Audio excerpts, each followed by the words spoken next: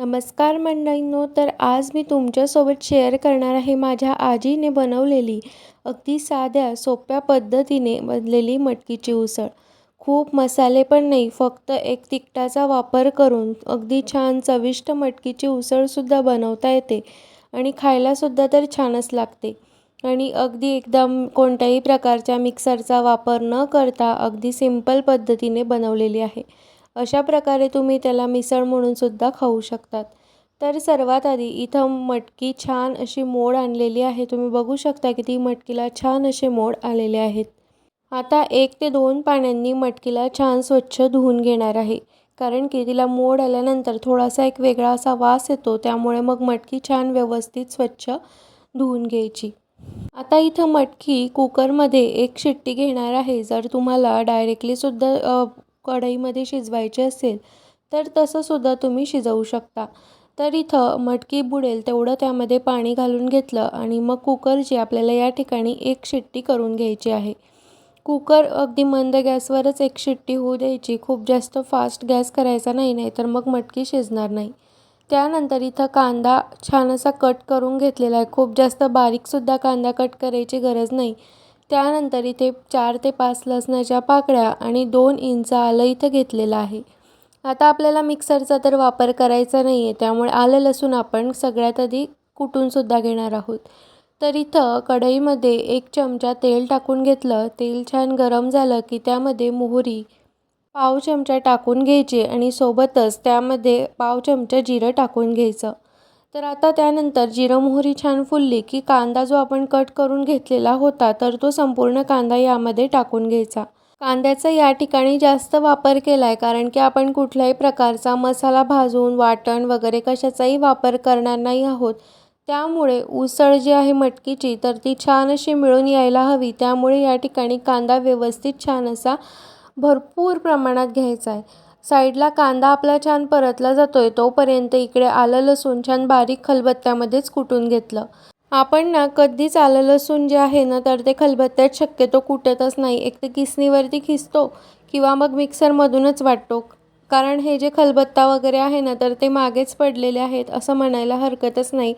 तर इथं ना आता बघू शकता किती मस्त छान असं आलं लसूण पेस्ट बारीक करून घेतली खलबत्त्यामध्येच आणि आता तीसुद्धा त्यामध्ये छान अशी टाकून घ्यायची.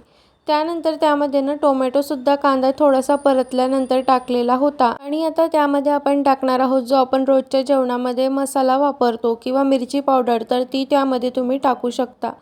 ती टाकली, 1 मिनिटभर परतली. त्यानंतर थोडंसं धना पावडर टाकलं आणि जर तुम्हाला टाकायचं असेल तर टाका किंवा स्किप केलं तरीसुद्धा चालेल. त्यानंतर अगदी पाव चमचा हळदसुद्धा यामध्ये टाकून घेतली. आता हे सगळे मसाले आपल्याला त्यामध्ये छान असं तेल सुटेपर्यंत परतवून घ्यायचे आहेत. जर तुम्हाला वाटत असेल की थोडंसं खाली लागतंय, तर त्यामध्ये अगदी थोडंसं पाणी घाला. खूप जास्त नाही, अगदी पाव कप त्यामध्ये पाणी घालून हे छान आपल्याला सगळं व्यवस्थित शिजवून घ्यायचं आहे. इथं बघू शकता पाणी टाकल्यानंतर व्यवस्थित ते छान परतलं जातं आणि साईडने तेलसुद्धा सुटायला मदत होते. तर इथं ना आता हे आणखी अजून थोडंसं खलबत्त्यामध्ये पाणी टाकून त्यानंतर त्यामध्ये टाकून घेतलं. आता इथे आपल्याला एक प्रकारची थोडीशी ग्रेव्ही टाईपमध्ये तयार करून घ्यायचं आहे. तर इथे 1 2 3 मिनिटानंतर तुम्ही बघू शकता साईडने थोडंसं तेल सुटायला मदत होते आणि टोमॅटो जो आहे ना, तर तो इथं अजिबात थोडासाही दिसत नाही आहे आणि इथं मटकीसुद्धा आपली तोपर्यंत शिजून तयार झालेली आहे. 1 शिट्टीमध्ये मटकी परफेक्ट अशी शिजते आणि त्यानंतर इथं मटकीसुद्धा संपूर्ण टाकून घेतली. आता इथं आपण हे सर्व जे आहे ना, तर ते व्यवस्थित मिक्स करून घेणार आहोत आणि इथं बघू शकता अजिबात खूप जास्त पातळ पण नाही आणि खूप जास्त घट्ट पण नाही. अशा प्रकारे ना जी पाणी आहे तर ते आपल्याला टाकून घ्यायचं आहे. नाहीतर मग काय होईल की खूप पातळ अशी मटकीची उसळ तयार होईल. त्यानंतर या ठिकाणी आपल्याला चवीनुसार मीठ टाकून घ्यायचं आहे आणि हे व्यवस्थित मिक्स करून त्यावरती आपण झाकण ठेवून 1 ते 2 वाफ काढणार आहोत. तर आता इथं झाकण ठेवून घेणार आहे आणि 2 ते 3 मिनिटानंतर परत झाकण उघडून पाहायचं आणि परत मिक्स करायचं. जर ह्या स्टेजला तुम्हाला वाटत असेल की मटकी संपूर्ण शिजली आहे, तर तुम्ही गॅसची फ्लेम बंद करू शकतात आणि जर तुम्हाला वाटत असेल कच्ची आहे, तर आणखी 1 वाफसुद्धा काढली तरीसुद्धा चालेल. तर इथं मटकी जी आहे तर ती छान अशी तयार झालेली होती. त्यामुळे यामध्ये कोथिंबीर टाकला आणि परत व्यवस्थित असं संपूर्ण जे आहे तर ते मिक्स करून घेतलं. तर ही मटकीची उसळ अगदी साध्या सोप्या पद्धतीने बनवलेली आहे. कुठल्याही प्रकारचा मसाला न टाकता किंवा कुठल्याही प्रकारचं वाटण न टाकता अगदी सिंपल अशी ही मटकीची उसळ या ठिकाणी आपली तयार झालेली आहे. तर अशा प्रकारची उसळ ना तुम्ही चिवडा वगैरे टाकून सुद्धा नुसतीच जरी खाल्ली ना तरी अजिबात त्रास होणार नाही.